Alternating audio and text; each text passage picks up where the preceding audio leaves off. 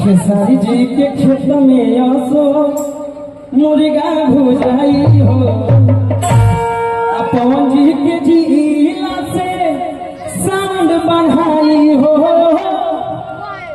खेसारी जी के खेत में आसो मुर्गा भुजाई हो।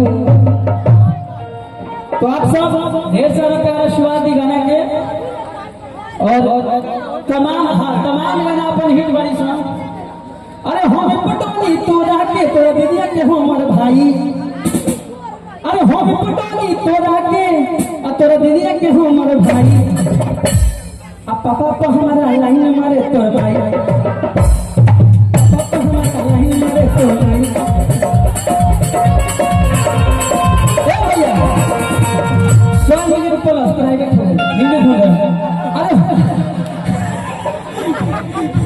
अरे हम पटौनी तोरा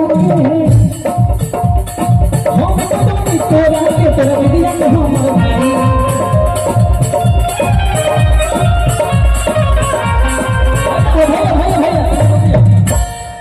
अरे हम पटौनी तोरा के तोरा दीदिया के हमर भाई, पापा पर हमरा लाइन मारे तोर माई, हमरा अंकल के आंटी तोर पोते, हमरा मामी लगे तोर, हमरा मामा लगे तोर मामी ही जाके सोते। अरे हम पटौनी तोरा के तोरा दीदी के हमर भाई, पापा तो हमारा लाइन